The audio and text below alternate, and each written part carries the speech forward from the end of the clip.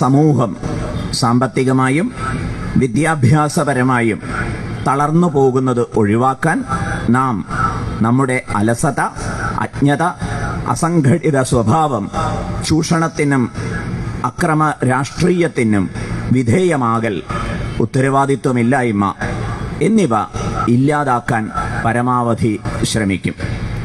3.